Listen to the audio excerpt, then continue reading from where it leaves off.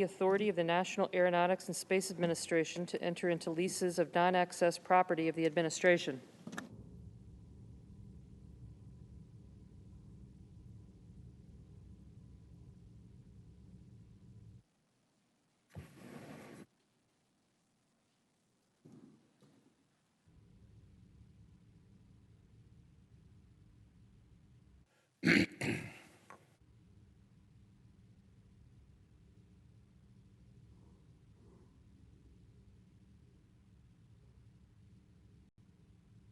Mr. President, Majority Leader Senator Schumer. in the fall of 1868, recently freed African-American men participated in federal elections for the first time in American history. According to Ron Chernow's biography of Ulysses S. Grant, the impacts of expanding the vote were immediate and dramatic. Quote, in a startling reversal for an area once dominated by slavery, the election spawned black sheriffs, school board members, state legislators, and congressmen.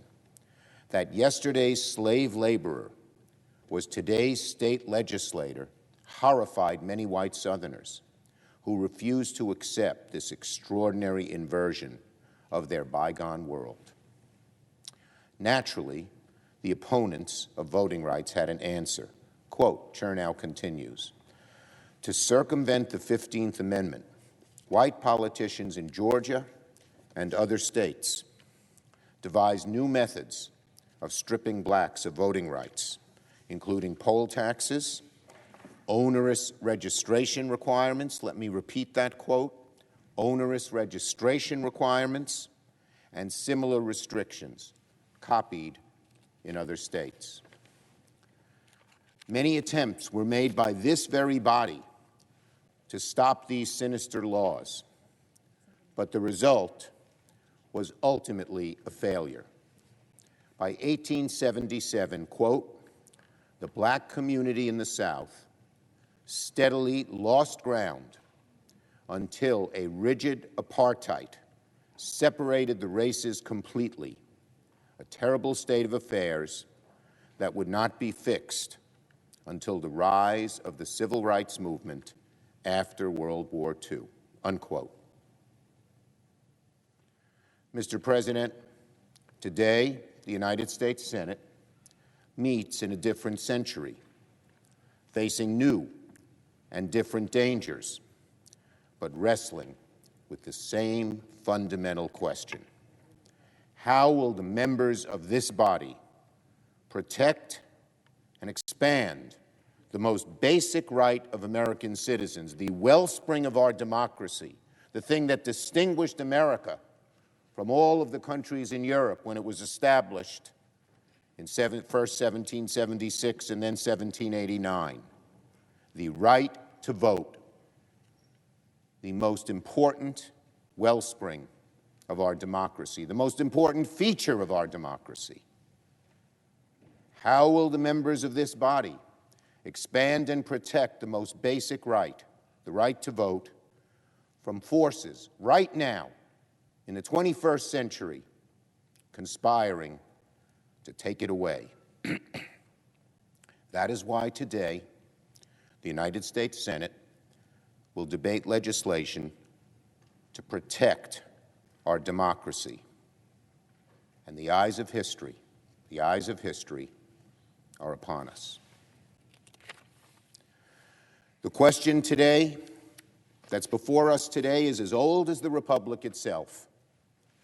The story of democracy has been a long march toward universal suffrage, a holy struggle to take the vision of our framers and make it real in the present. The march, unfortunately, has often not been linear. At the time of our Constitution's ratification, you had to be, in many states, a white, male, Protestant landowner to vote. How many in this chamber would have been able to participate in those early elections? Throughout our nation's history, Moments of significant progress have often been followed by reactionary backlash. Unfortunately, it seems, led by one party, compelled by the most dishonest president in our history, we are in another of those dark periods. That is why, for the first time in this Congress, the Senate is debating and will vote on legislation to confront these threats: the Freedom to Vote Act and the John Lewis Voting Rights Advancement Act. For the information of all, debate on these bills will continue throughout the day, and as soon as 6:30, if not a little bit later, we will hold a cloture vote to conclude debate and proceed to final passage on these measures. I want to thank my colleagues who spoke yesterday in favor of these bills. There were so many eloquent and strong speeches. I never, at our caucus, I have rarely seen such passion about the need to vote and the need to change the rules to allow these vital bills, so fixed upon the wellspring of our democracy, voting, to pass. If the Republicans block cloture on the legislation before us, I will put forward a proposal to change the Senate rules to allow for a talking filibuster on this legislation, as recommended by a number of our colleagues who have been working on this reform for a very long time. Make no mistake, win, lose, or draw, members of this chamber were elected to debate and to vote, particularly on such an important issue as this. And win, lose, or draw, we are going to vote. We are going to vote, especially when the issue relates to the beating heart of our democracy, as voting rights does. For months, Senate Republicans have resisted virtually every attempt at holding a bipartisan debate on voting rights legislation. Senate Democrats have certainly tried to bring them onto the table. Senate Democrats have certainly been willing to compromise to get something done. My colleagues, Senators Manchin and Kaine and Tester and King and Durbin and Klobuchar and Leahy and many more, have all met with Republicans to initiate a dialogue dating back to last August, if not earlier.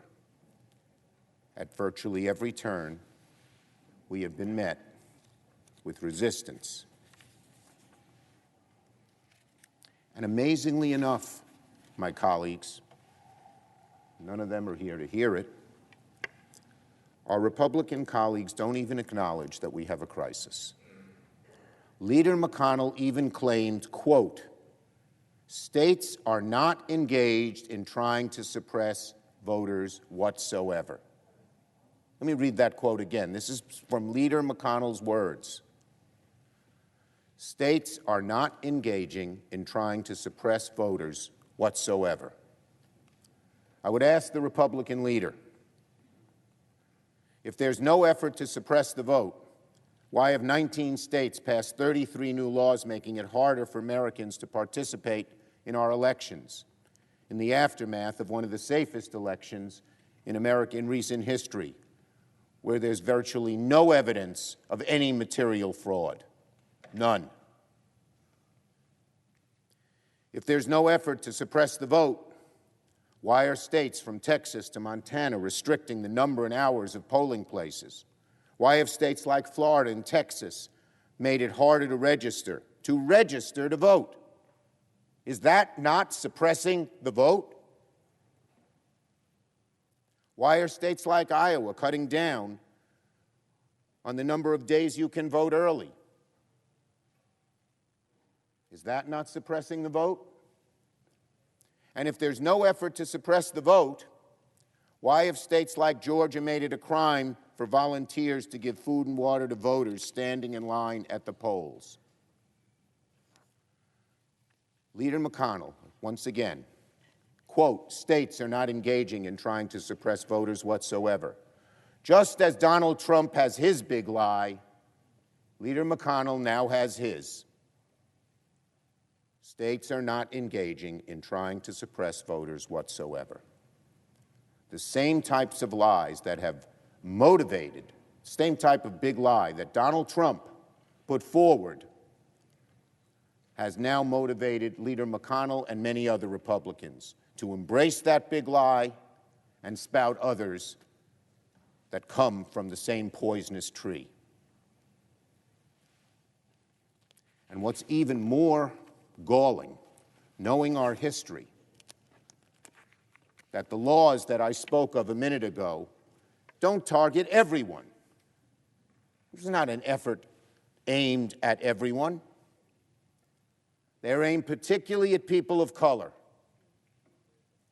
at poor people, at young people, at disabled people, at elderly people, at people who live in cities.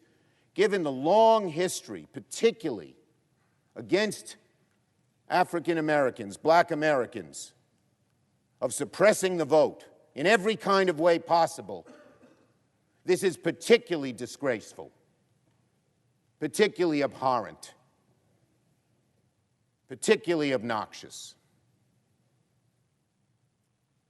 We all know the game here today, exemplified by every seat being empty when we are having our first debate by voting rights, not because Republicans agreed to go along, but because we were able to use a message from the House to go forward without their okay. So we all know the game here. To date, I don't know if any of you have, but I have not heard a single serious defense of these laws from Senate Republicans. They don't come here to the floor to defend what's going on in the states. What we have heard is sophistry, distractions, and outright gaslighting.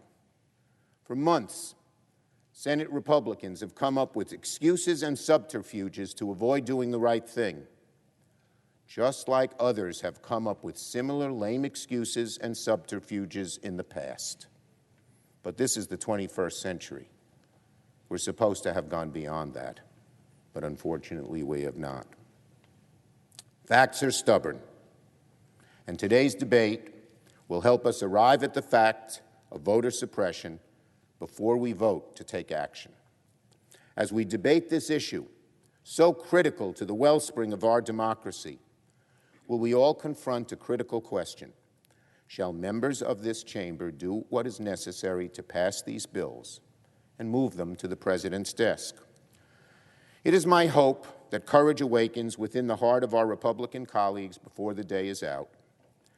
But if the Senate cannot protect the right to vote, protect the cornerstone of our democracy under the existing rules, then the Senate rules must be reformed. And let me say this. We have diverse views. We have diverse views about whether the filibuster today in 21st century America is a good thing or a bad thing. And there are some in our caucus who believe it helps bring a few who believe it helps bring us together. I don't see that evidence of that at all, and I think a majority of my colleagues would agree with that. But even for those who feel that the filibuster is a good thing and helps bring us together, I would ask this question. Isn't the protection of voting rights the most fundamental wellspring of this democracy more important? Isn't protecting voting rights and preventing their diminution more important than a rule in the Senate, which has not always been in existence and was not envisioned by the founders? That is the question we should ask ourselves. Our proposal for a talking filibuster on these pieces of legislation would be the first step towards passing voting rights, restoring this body, and breaking the gridlock that we now face on this vital issue. In this body, Proponents of our democratic rights again and again have brought legislation to the floor only to be met by a filibuster. Opponents of fair, open elections filibustered anti-poll tax legislation in 1942, 1944, and 1946. They filibustered the Civil Rights Bill of 1960. They filibustered legislation on literacy tests in 1962. All this before real substantive progress was made. Our struggle today is not new, but we must nevertheless meet it with renewed conviction.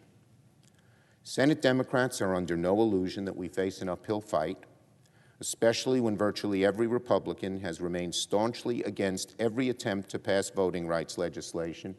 And again, I would remind the American people and every one of my colleagues that this is a different Republican Party controlled by Donald Trump. Ronald Reagan, George H.W. Bush, George W. Bush all supported renewal of the Voting Rights Act, every one of them. And it received large bipartisan majorities in the Senate. It's a different Republican Party, not just on so many issues which we debate, but on this issue, the wellspring of our democracy. So we know it's an uphill fight. But whenever this chamber confronts a question this important, one so vital to our country, you don't slide it off the table and say, never mind. You don't say, we're not going to deal with this issue head on. Senators' job is to vote, and to vote on the most important issues facing us, and vote we will. And we are going to keep pushing. We are going to keep working. We are going to keep fighting long after today, because the issue is so important to all of us.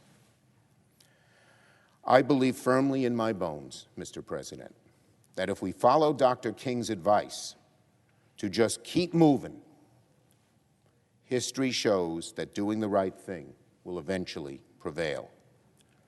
Justice will flow like the mighty waters, as the prophet Amos has said. But the work of justice does not stir into action on its own. It is up to us, members of this body, and Americans all across the country, to do our part to make justice come alive today and assure that our country does not backslide here in the 21st century. So I urge my colleagues, for the sake of our beautiful, wonderful democracy, for the sake of what the Founding Fathers called this noble experiment, take a stand and do everything you can to protect voting rights today in this chamber. Thank you, Mr. President.